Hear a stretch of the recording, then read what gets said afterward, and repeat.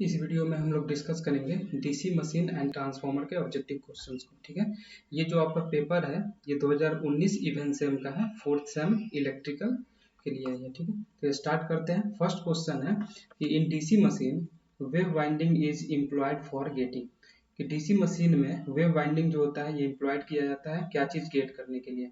तो देखिए हमेशा जो होता है ये 2 पॉइंट याद रखिएगा, ये क्वेश्चंस जो है इससे फ्रेम होता है हर साल। या तो वेव वाइंडिंग का पूछेगा या लैप वाइंडिंग का पूछेगा। तो देखिए वेव वाइंडिंग हम कब करते हैं, क्यों इम्प्लॉयड किया जाता है, तो हाई वोल्टेज रेटिंग के लिए, high voltage and low current rating.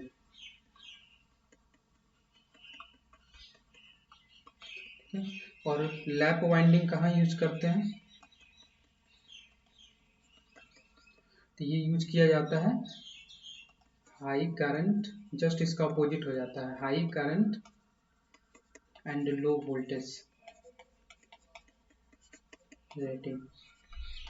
ये दोनों पॉइंट जो है आप याद रखिएगा, लैब के लिए और वेव के लिए। ये इसमें से एक क्वेश्चन जो है हर साल पूछता है। तो देखिए यहाँ पे इसने क्या पूछा है, वेव बाइंडिंग किसके लिए एम्प्लॉयड करते हैं, क्या चीज़ ज़्यादा के लिए और क्या कौन सा रेटिंग कम के लिए। तो हाई वोल्टेज और लो करंट रेटिंग के लिए। तो देखिए इसमें ऑप्शन जो बी है ये राइट है, low current and high voltage rating. ठीक है, तो ऑप्शन बी जो होता है इसमें राइट होगा।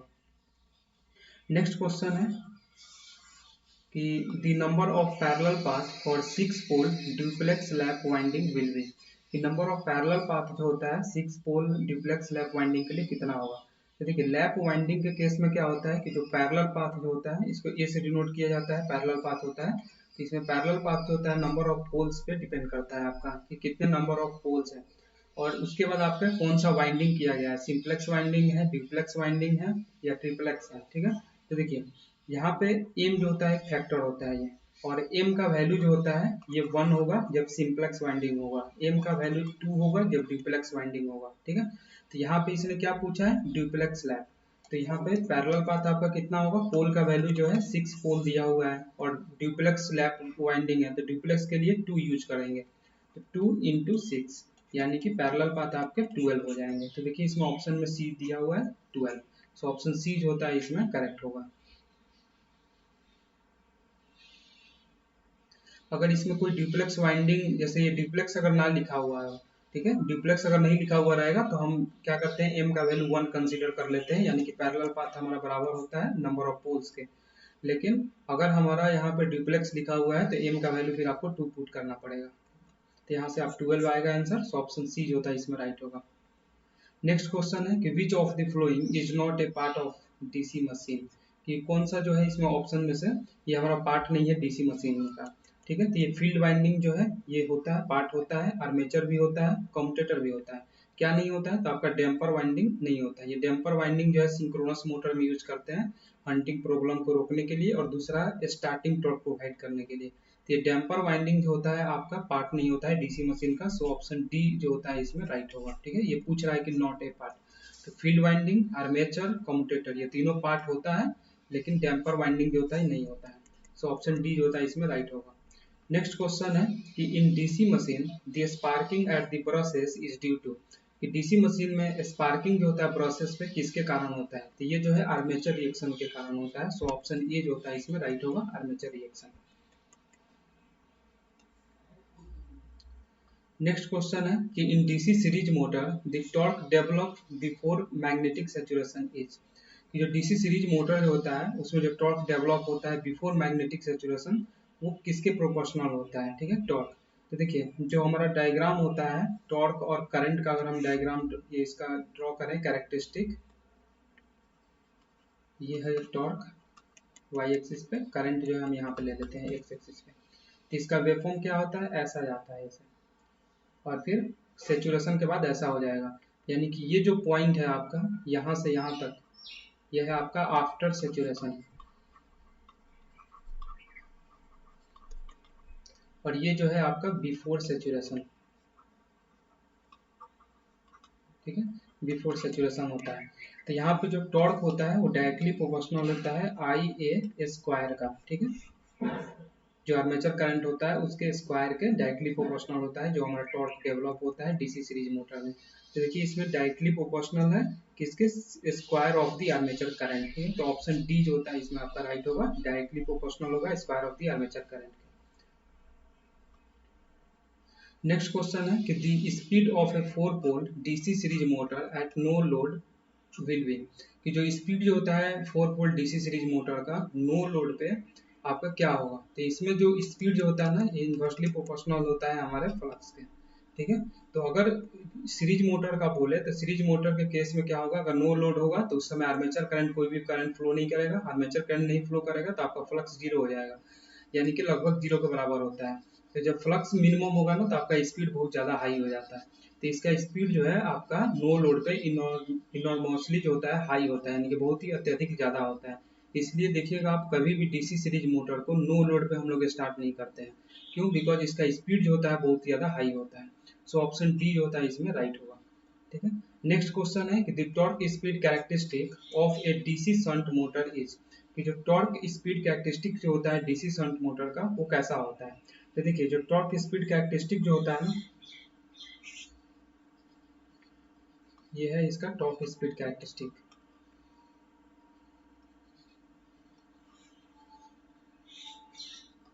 ये है आपका स्पीड वाई एक्सिस पे और ये है टॉर्क। तो ये जो है ड्रूपिंग नेचर में होता है, ऐसे ड्रूपिंग इसको बोला जाता है इसी को, कि जैसे जैसे टॉर्क बढ़ेगा स्पीड कम हो जाएगा। Drooping torque, sorry drooping characteristic इसको बोला जाता है, ऐसे डिक्रीज करता है इसलिए ड्रूपिंग। तो देखिए इसमें ऑप्शन में लिखा हुआ ड्रूपिंग स्ट्रेट लाइन, ये आपका स्ट्रेट लाइन है ड्रूपिंग। सो ऑप्शन सी जो होता है इसमें राइट होगा, टॉर्क स्पीड कैरेक्टरिस्टिक जो है आपका ये डीसी शंट मोटर का आपका ड्रूपिंग स्ट्रेट लाइन होता है। सो ऑप्शन सी जो होता है इसमें राइट होगा। नेक्स्ट क्वेश्चन है कि 3 point starter is considered suitable for which DC motor, कि जो 3 पॉइंट स्टार्टर जो होता है इसको कंसीडर किया जाता है कि सुटेबल है कौन से डीसी मोटर के लिए, स्टार्ट करने के लिए 3 पॉइंट स्टार्टर जो हम यूज करते हैं कौन से डीसी मोटर को स्टार्ट करने के लिए ज़्यादा सुटेबल होता है। तो ये आपका शंट और कंपाउंड मोटर ये बहुत ही ज़्यादा मतलब कि सुटेबल होते हैं, ठीक है।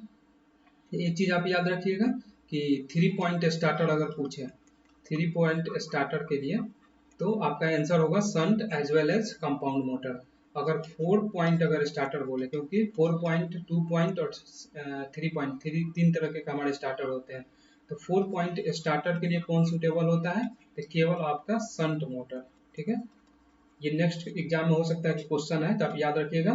4 पॉइंट स्टार्टर पूछे तो केवल शंट मोटर, लेकिन अगर 3rd पॉइंट स्टार्टर पूछे तो ये शंट और कंपाउंड दोनों के लिए होता है। तीसरा स्टार्टर होता है 2 पॉइंट स्टार्टर। तो जो 2 पॉइंट स्टार्टर जो होता है ना ये सीरीज मोटर के लिए सुटेबल होता है, सीरीज मोटर के लिए। तो ये तीनों में से कोई भी एक क्वेश्चन पूछ सकता है, 2 पॉइंट स्टार्टर पूछ सकता है, 4 पॉइंट स्टार्टर पूछ सकता है, 3 पॉइंट पूछ सकता है। तो तीनों आप याद रखिएगा तो आसानी से आप क्वेश्चन जो है बना सकते हैं, ठीक है।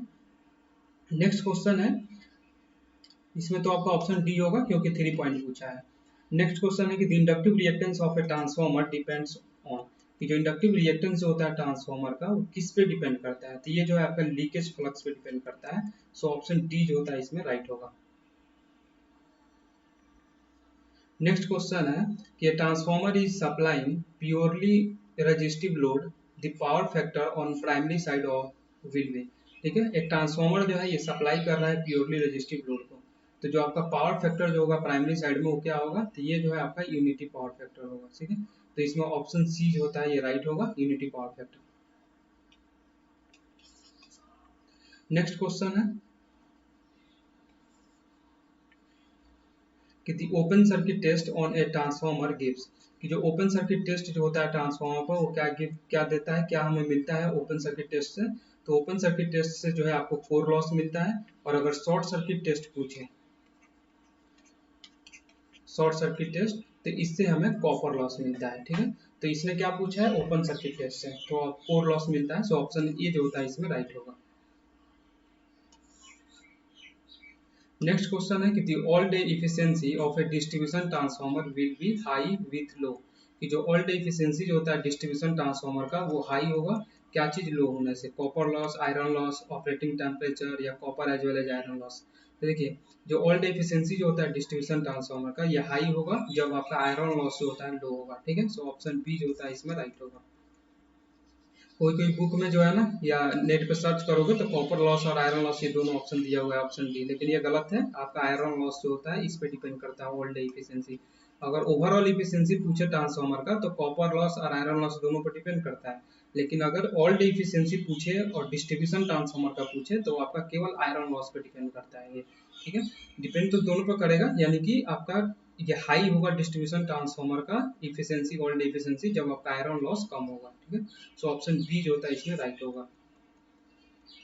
नेक्स्ट क्वेश्चन है कि eddy current loss in a transformer is reduce when, कि जो ईडी करंट लॉस होता है ट्रांसफार्मर का कब रिड्यूस होगा, जब लेमिनेशन आप थिन करिएगा। ठीक है, थिन लेमिनेशन से। सो ऑप्शन ए जो होता है इसमें राइट होगा।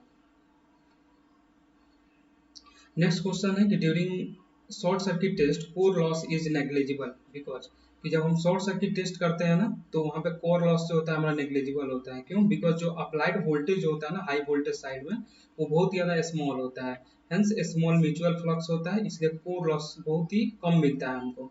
ठीक है, तो इसलिए हम उसको नेग्लिजिबल मान लेते हैं। सो ऑप्शन ए जो होता है इसमें राइट होगा।